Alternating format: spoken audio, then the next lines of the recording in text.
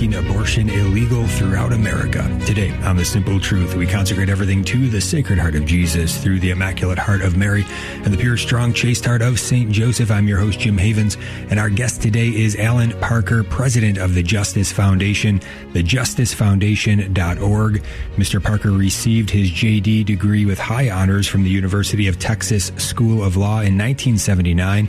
He's a former law professor and was lead counsel for Norma McCorvey, formerly Roe of Roe v. Wade, from 2000 to 2012, and Sandra Cano, the Doe of Doe v. Bolton, until 2014 in their efforts to overturn the two landmark cases that brought legalized abortion on demand to America. We're very blessed to have him here with us today. Mr. Allan Parker, welcome to The Simple Truth. How are you today? I'm great, and it's an honor to be with you today. Thank you for having me on your program. Absolutely. Great to have you here. And so let's start with the personal story. What do you remember about when Roe and Doe, when those rulings came down in 1973? Well, you may laugh at me and think I had a terribly formed conscience at the time, but it honestly didn't make much of an impression on me at all. At that time, I was still just a junior in college, I guess. 1973 was actually the year I did get married, though. So I was kind of focused on myself, my wife, and the fact that we were going to get married, even while I was a senior in the University of Oklahoma, and she was a sophomore, but she completed her college degree in 3 years so she could get out when I did, because I had a 2-year stint in the Army to do, and that also kind of focused my attention. So to be honest, it did not make that much of an impression upon me at the time. Okay, yeah, it's a question I love to ask for folks that were coming up through that time, and it's interesting. I know as a nation, as a culture, it seemed to not be a major story that day actually either. But a few years down the road, you decided to study law as a young man in the late 70s. What was driving you at that point into legal studies? Well, again, my moral formation was not very strong at that point.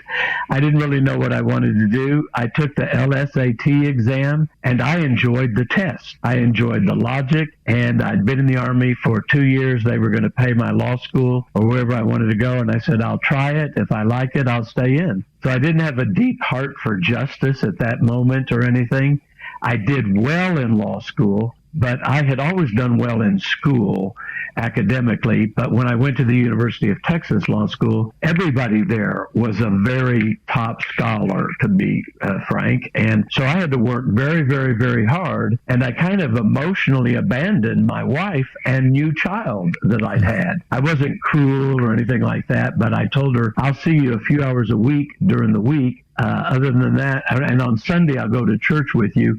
But other than that, I'm going to be studying. And it was really during that period of time that my wife kind of felt abandoned by me and became depressed with a new baby in a new city. She didn't have any friends. And she really surrendered her life to the Lord at that time and said, Lord, if you want this life, you can have it. So there was a kind of a dramatic change when she shifted her attention to the Lord and surrendered to Him and began reading the Bible. And then we got out of law school, and she had her friends pray for me. And we went on a Catholic marriage encounter weekend. And on that weekend, of course, they asked you about your relationship with God and your wife and with the world.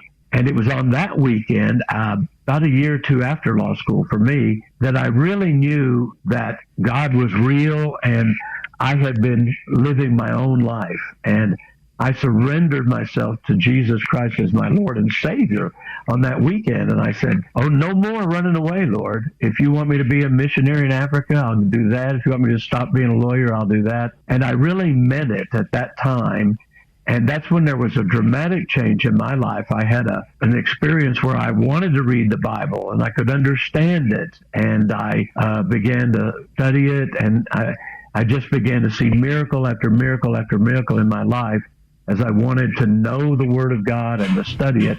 And as I began to follow Him, it was a few years after that that I started saying, well, Lord, do you want me to go be a lawyer? He said no, but he kind of miraculously took me to be a law professor at St. Mary's University School of Law in San Antonio, Texas. It was kind of a miracle. I went to one of my former law partners. I'd been a law partner in a law firm. And I said, Richard, I think I'm going to be leaving the partnership. I've given my life to the Lord, and I want to do things for him now. And he said, well, have you ever thought about being a law professor? And I had not, but I had said, God, you know me better than I know myself. You pick the job for me. If you want me to stay as a lawyer, I'll stay here. But if you want something else, and he said, well, St. Mary's doesn't know it, but they need a law professor. This was the beginning of August. School was going to start in about 3 weeks. And he said, I want to stay and help one of my former partners who's gotten cancer with his practice. But I've been kind of hesitating. What do I tell St. Mary's? I don't want to leave them in a lurch. If you would be willing to let me put your name in, I'd feel a lot better. And I knew that was the door that God was opening up for me. I had never planned to be a law professor, but I told him, you know me better than myself. Turned out to be a great job and a wonderful time with students, and just a blessing from the Lord to hold that position. Wow. Yeah, praise God. Allan Parker is with us, president of the Justice Foundation. So, Allan, connect the dots for us from there as a law professor to the Justice Foundation.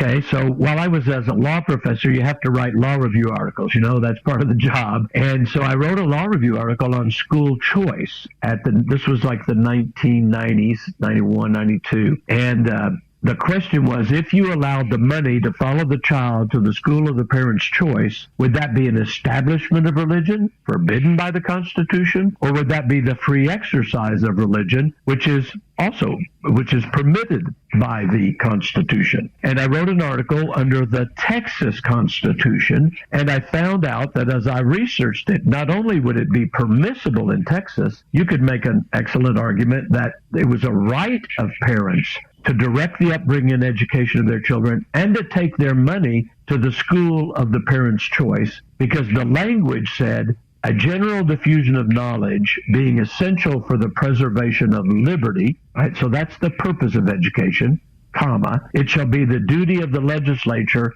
to establish a suitable and efficient system of public free schools, not even free public schools like we think today. But any group of parents could start their own school, hire a teacher, and apply for reimbursement based on the number of students they had attending. So it was called the community school system, suited the frontier days in Texas beautifully, and allowed parental responsibility to be supplemented and helped by the church, by the state and funding, but not dominated by the government as it is today. So I wrote that, and then some people came and said, would you litigate for it? And they said, well, you need to get the Institute for Justice do that. They were doing a lot of the time, and that group wasn't available to. So eventually they got $100,000, and we started the Justice Foundation. And our first case was to litigate for school choice in Texas so that parents could take their children and their share of the state funding, because that money belongs to the children and the parents. That's why they're called trustees of a school district, not the directors of a corporation or the overseers. They're the trustees. They hold the money in trust for the children. And we litigated for school choice. So I started in 1993. We won a victory at the Supreme Court of Texas. And they said, even though the legislature currently provides education through state agency and school districts, there's nothing in the Texas Constitution that requires them to do so.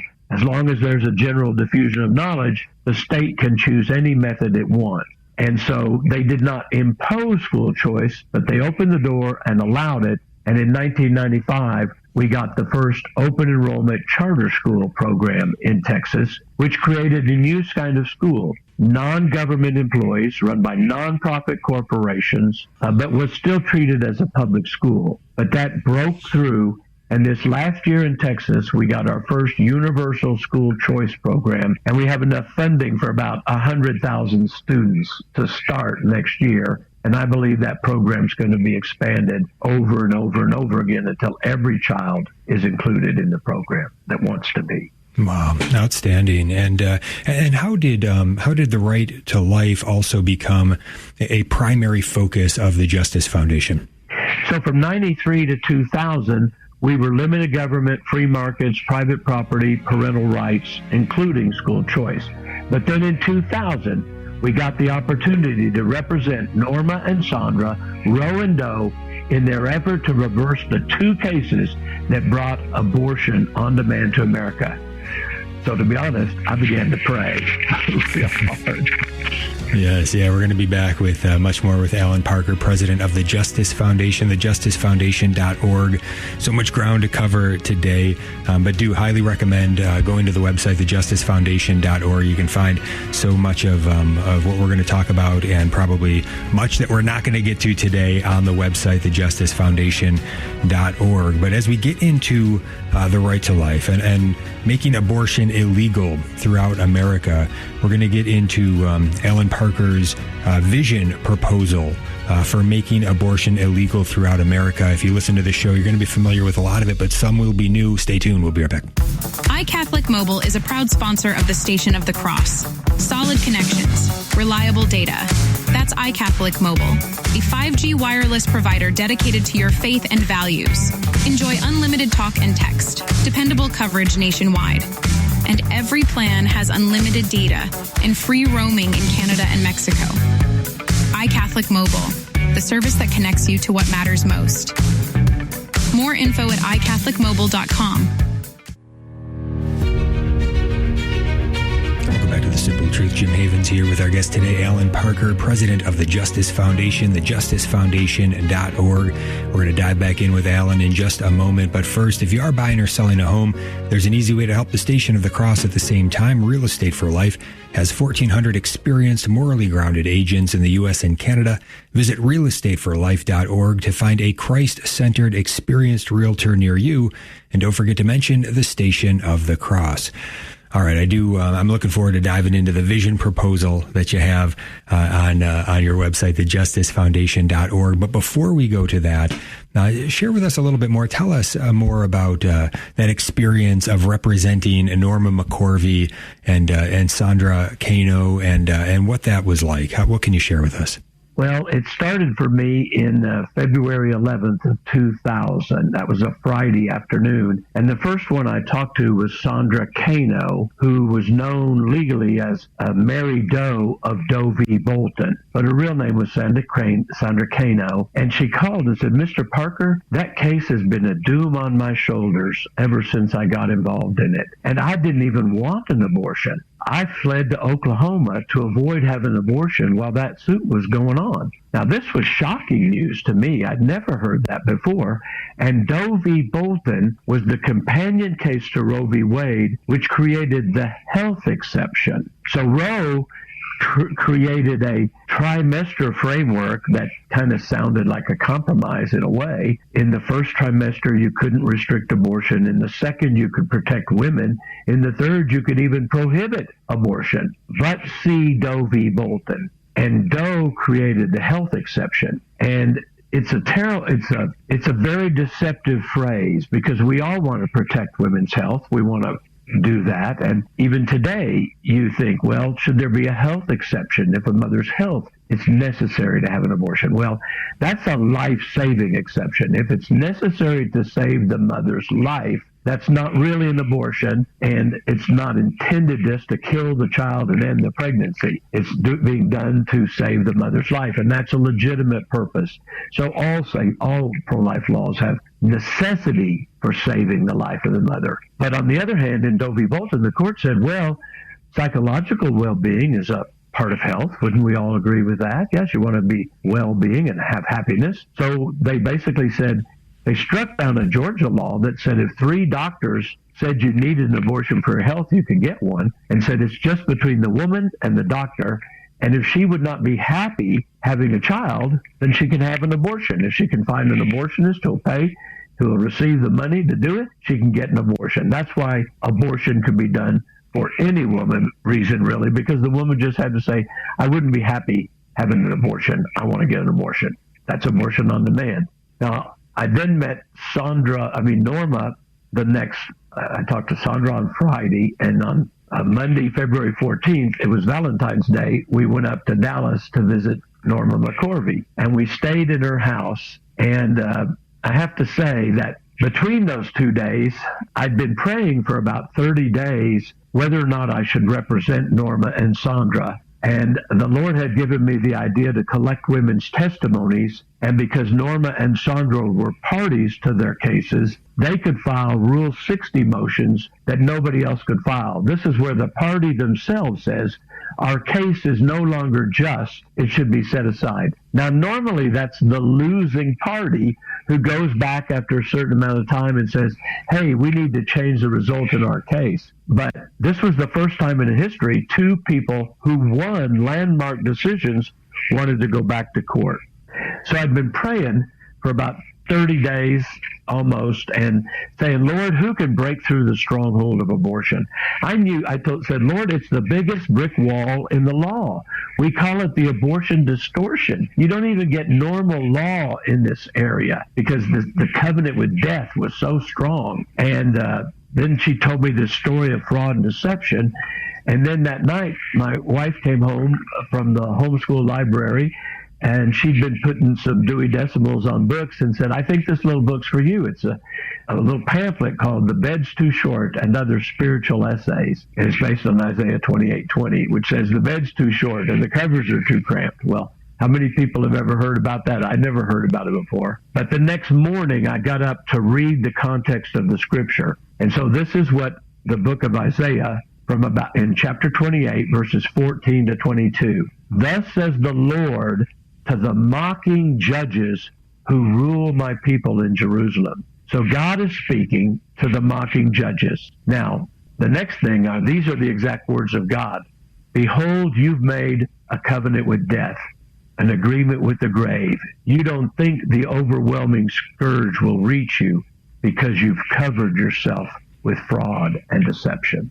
Wow. And I was just shocked because that's what Roe and Doe were, a covenant with death, an agreement with the grave. And there was this fraud and deception, not just the fraud that abortion is good for women or the fraud that it's not a baby, but literally fraud that the woman in the case wanted an abortion when she'd fled to Oklahoma to avoid having an abortion, which is part of the forced abortion stories that we've collected over the years. And once you make abortion legal, it actually allows other people to force a woman to have an abortion to solve their problem, like parents who don't want their daughter to be pregnant, a man who doesn't want his child to be born because he doesn't want to be a father. He just wants unregulated sex. And the third is human trafficking and prostitution. So eventually we built a center against forced abortion to stop those. But that weekend, then so the Lord gave me this passage. Then he said, I will make justice the measuring line.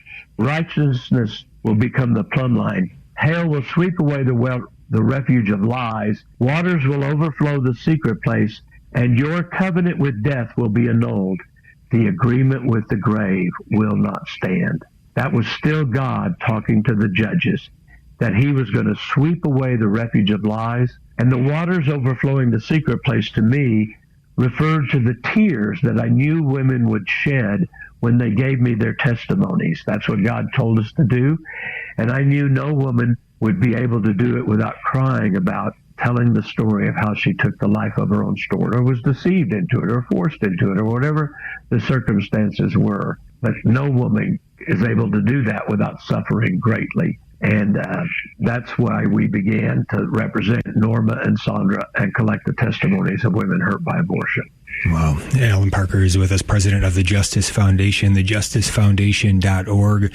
So after those many years then with Norma and Sandra, what happened in those cases as you tried to help them revisit those cases in the legal system? How did that turn out?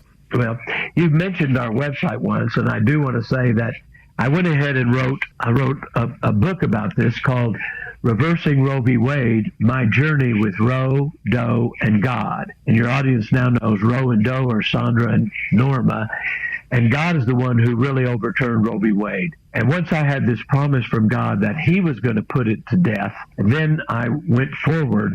And people would ask me, did I ever think Roe would be overturned? And I said, yes, I do. And I said, God gave me this kind of particular promise, but you don't have to believe that. I said, millions of people are praying for the end of abortion. and the reversal of Roe v. Wade. And I believe it's because of those millions of people praying for it that we're going to see victory in the case. And you asked me earlier where I was when Roe v. Wade came out. I can sure remember where I was when I learned that Roe v. Wade had been reversed. I was at a National Association of Christian Lawmakers meeting, and the room erupted in praise the Lord, hallelujahs, and thanksgivings to God for what he had done. But along the way with Norma, there were some disappointments. We collected the first 1,000 testimonies in about 3 years, and we filed Norma's motion first in the Dallas courthouse, and the judge denied our motion to reverse it in 2 days. He heard 5,000 pages of evidence, and the state did not oppose us because Texas was pro-life at that point, and yet he denied the motion and said, it's too late. It's been too long. This is settled law. So we took that case to the Fifth Circuit, and one of the judges on that court, Judge Edith Jones, gave a remarkable opinion in which she urged the Supreme Court to reconsider Roe v. Wade and reverse it. Now, she could not do that as a lower court judge.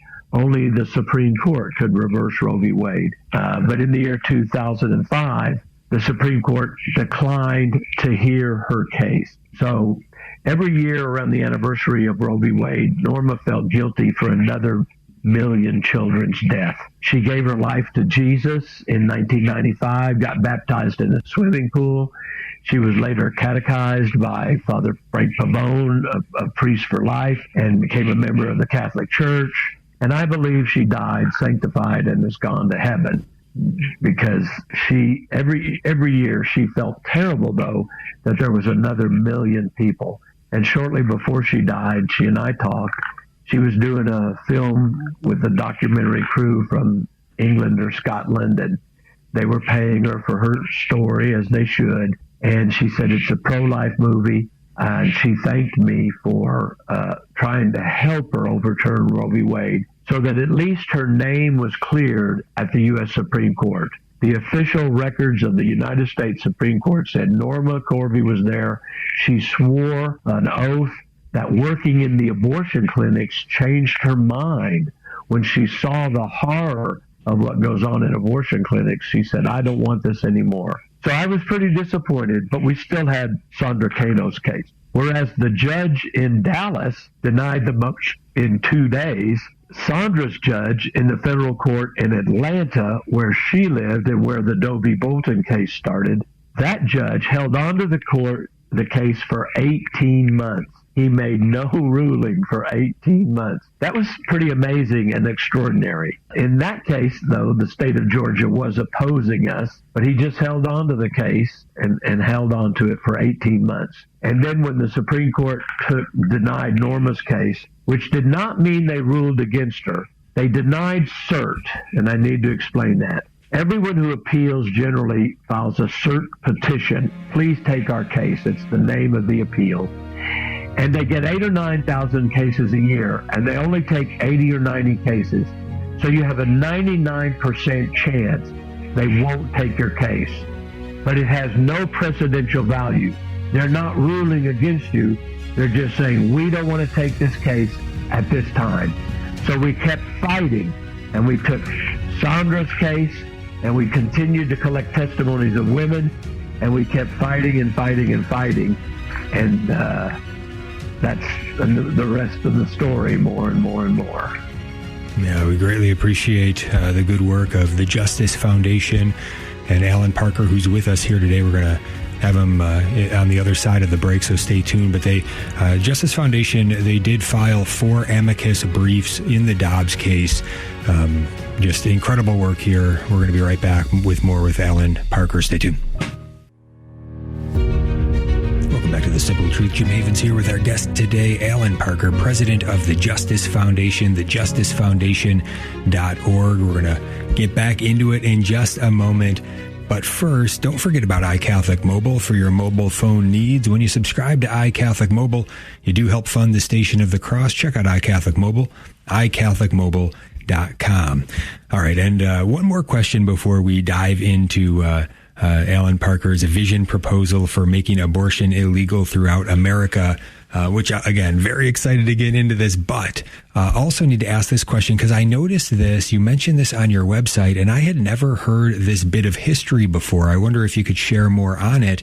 And you write about the 1992 landmark case, Planned Parenthood versus Casey. And you write here, the U.S. Supreme Court had an opportunity to reverse Roe v. Wade and its companion Doe v. Bolton. And in conference, the justices voted 5-4 to overturn Roe and Doe.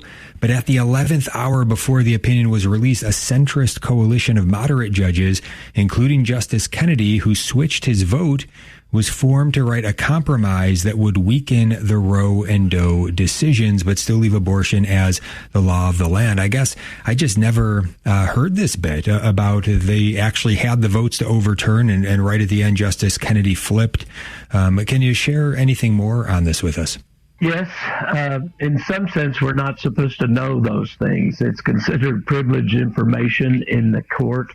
At the end of the oral argument, during that week of oral argument, usually they have what's called a conference. Just the judges go back in there. No clerks, no secretaries, no anybody but the justices. And the least senior judge sits by the door to answer the door if anybody knocks on the door to try to get the judge's attention for emergencies or something. But then they take a preliminary vote, and you either vote to affirm or reverse the case that you're considering. And the group that's in the senior judge who's in the majority position gets to decide who would write the opinion. And at that time, later, one of the judges in their memoirs revealed that there were 5 votes to reverse Roe, and Justice Rehnquist assigned himself to write the opinion because he had dissented in the original Roe v. Wade case. And he wanted to say, this is why we should never have done this. But Justice Kennedy changed his mind, and that's permissible up until the day the opinion is released publicly. So when you pray for the Supreme Court, you may hear about an oral argument, and you want to pray for the court. Like right now, as we're recording this, about last week, there was a case where the Supreme Court heard a case where Colorado has banned Christian therapists from counseling young people who want to get rid of their same-sex attractions or trans identities or feelings that they're in the wrong body. But even if the parents and the minor wants counseling from a Christian therapist, Colorado forbids that. You can only affirm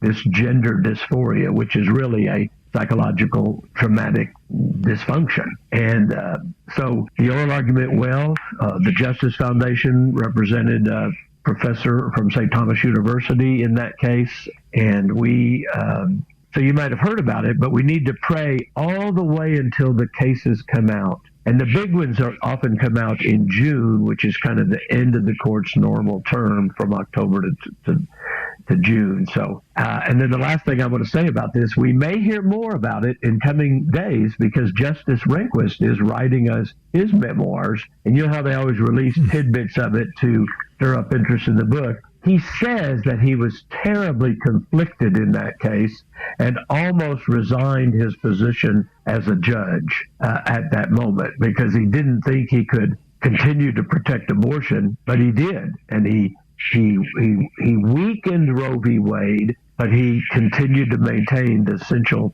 holding that a woman had a right to do that. So he made a very morally incorrect decision, but he may explain it himself some in his new book that's coming out in the next month or two, I think. Yeah, very interesting. Yeah, it would be another 30 years until Dobbs. Very sad to think about what occurred there. And this is based on the choices of human beings, those Supreme Court justices of the time there in 1992, so close to making the right decision. Unfortunately, they ended up going with an incorrect decision that has cost innumerable lives. And so this is what I love about the vision proposal right off the bat. This resonates with me. I believe this same exact thing.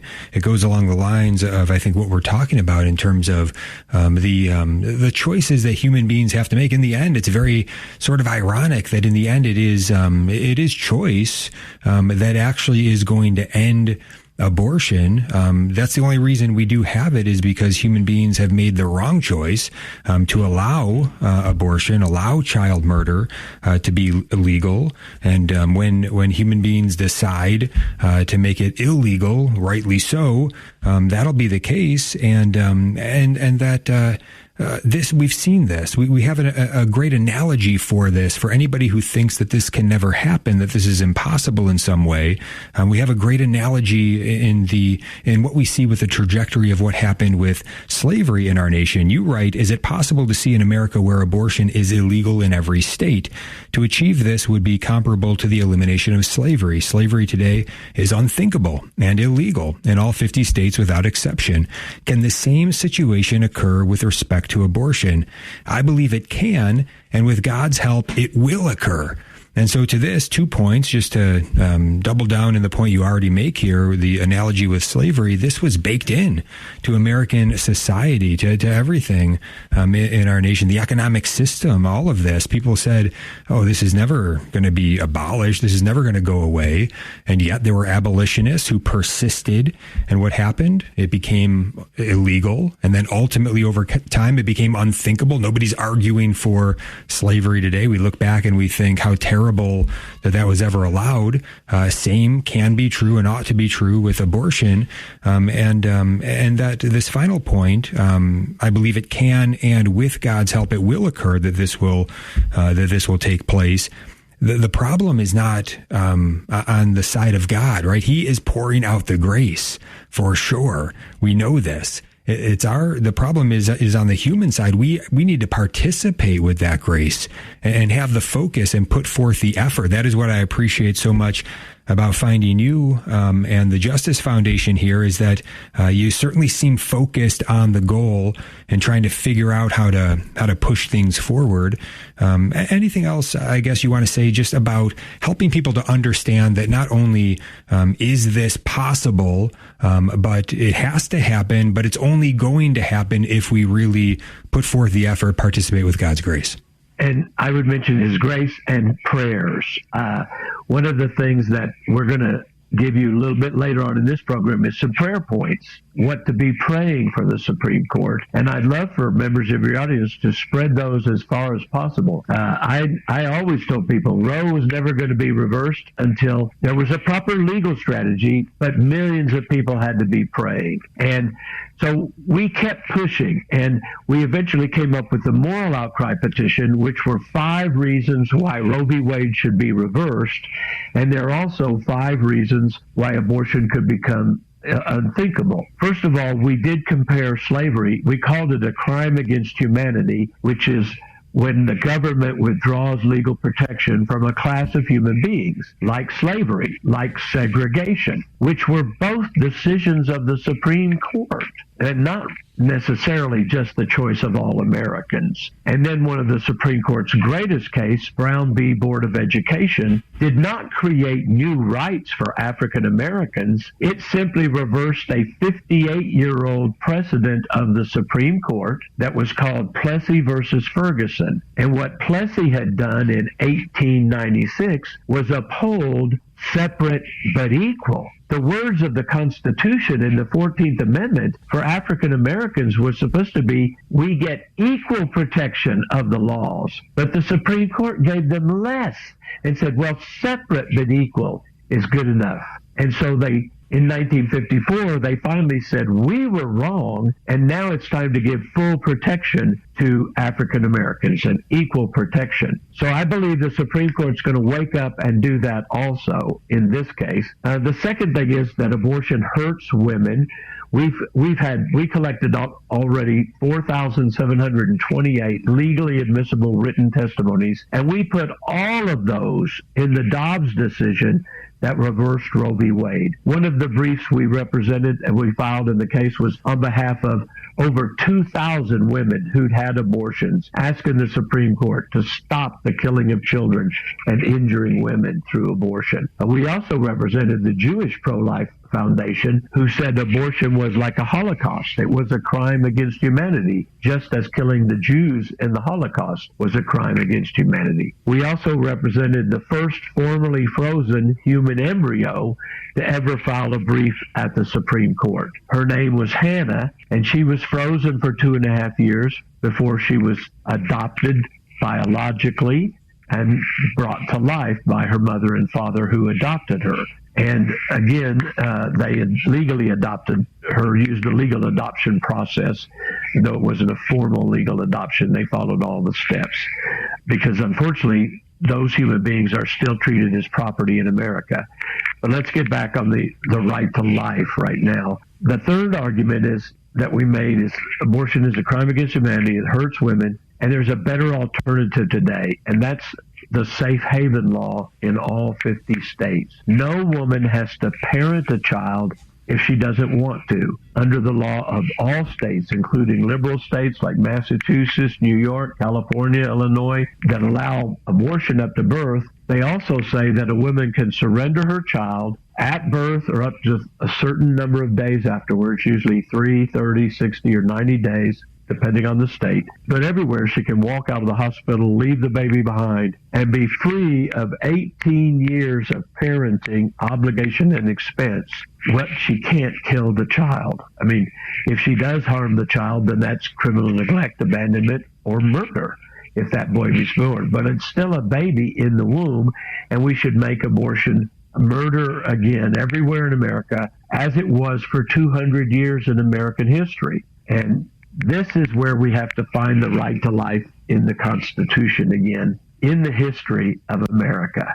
So if I could, I'd like to go into that a little bit at this point. Yes, please go for it. So is there a right to life in the Constitution? I started asking a lot of people that in January to March of this year, and pro-life leaders. And people would say, oh, I hope so, or I think so, or there has to be, or blank looks, or one of the common answers actually was that, self-evident truths, right to life, happiness, pursuit of liberty, And I'd say, well, that's part of it, but that's the Declaration of Independence. That's not in the Constitution. So one of the things we're switching is our language, because by God's amazing grace, and the fact that a New York playboy named Donald Trump would become the most pro-life president in American history and get 6 judges now on the court who believe in originalism, there are 2 life clauses in the Constitution. No, number 1, the 5th Amendment, no person shall be deprived of life without due process of law. And the 14th Amendment, nor shall any state deprive a person of life without due process of law. So what did life mean to the founders?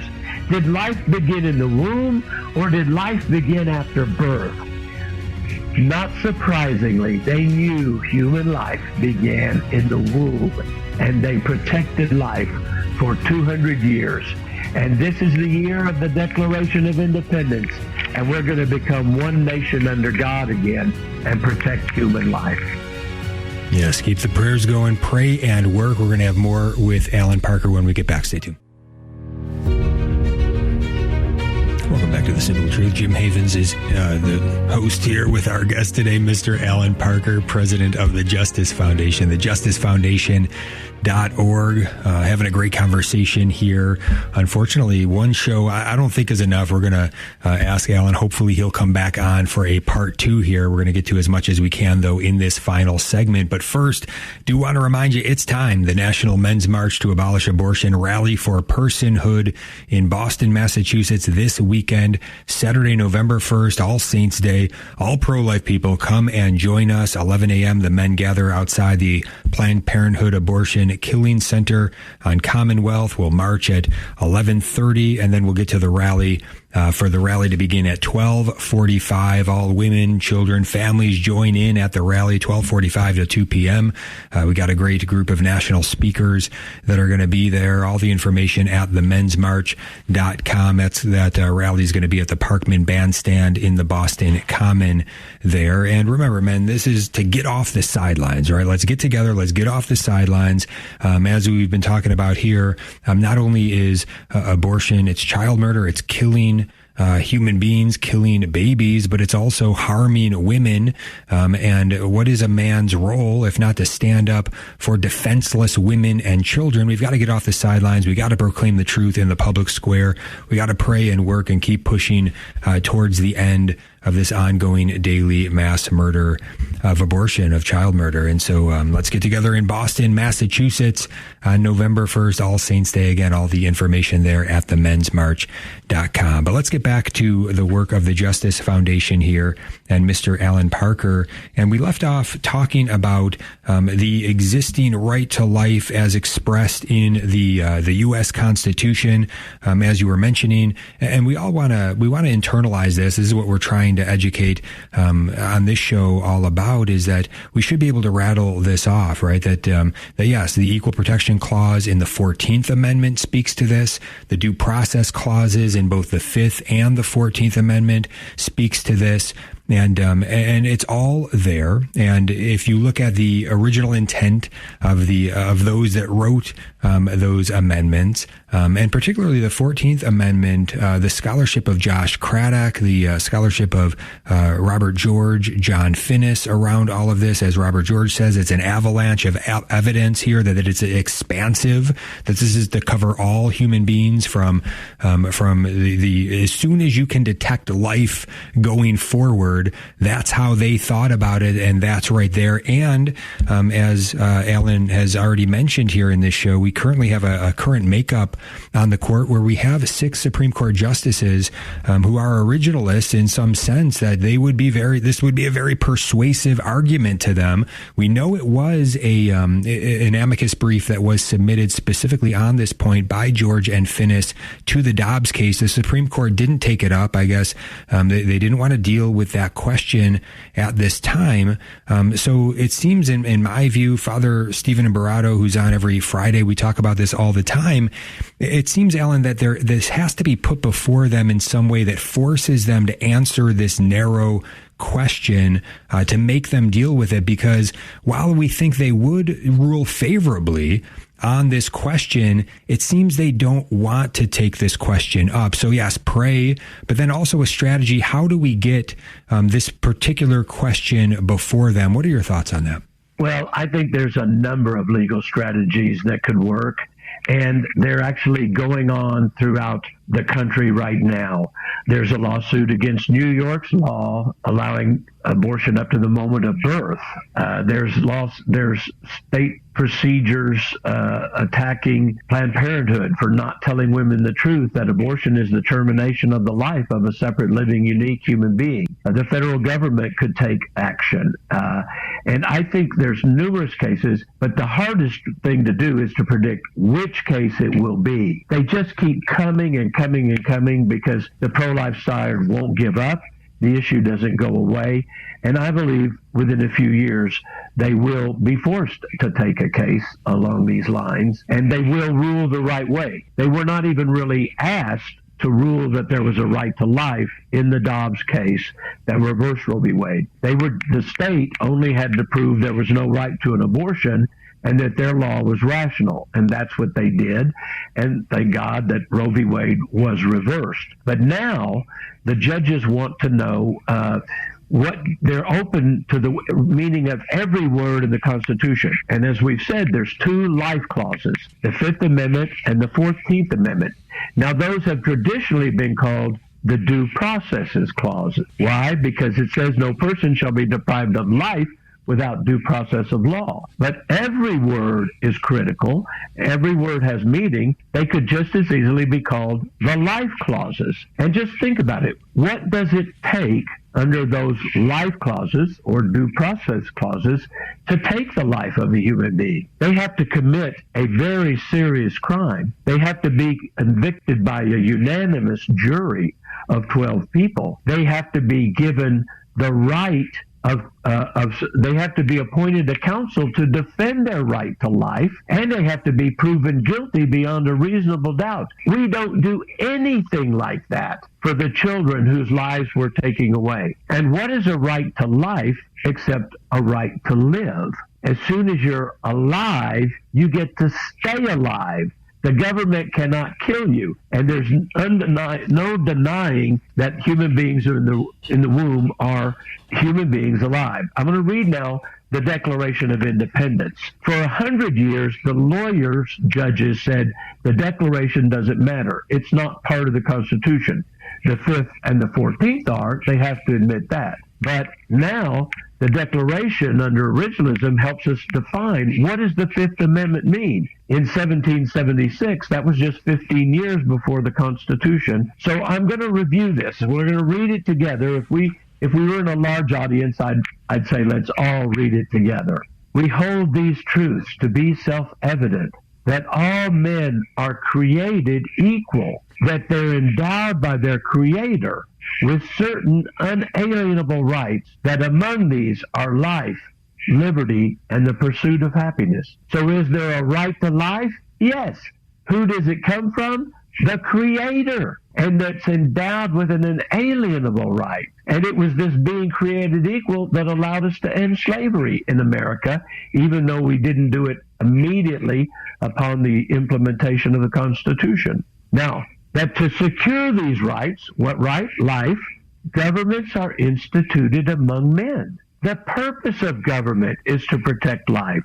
We had a Declaration of Independence and this Revolutionary War to create a government that would protect life, deriving their just powers from the consent of the governed. And originalism is a just powers doctrine. Why do I mean that? The judges don't get to take the word due process and create a right to abortion out of it, like they did, or to create a gay marriage right or something like that.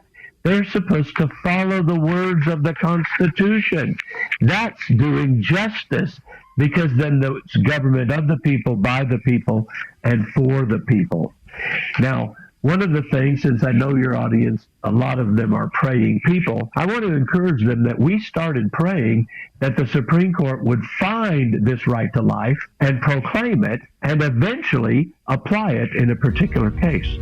Well, they've already found it, they're proclaiming it, and they have it on the walls of the main entryway of the Supreme Court. These life clauses are there now. And I just quote from one of the founders. With consistency, beautiful and undeviated, human life from its commencement to its close is protected by the common law. In the contemplation of life, life begins when the infant is first able to stir in the womb. By the law, life is protected not only from immediate destruction, but from every degree of actual violence, and in some cases, from every degree of danger. That's what the court is going to find when it restores the real Constitution of the people. Yes, thejusticefoundation.org.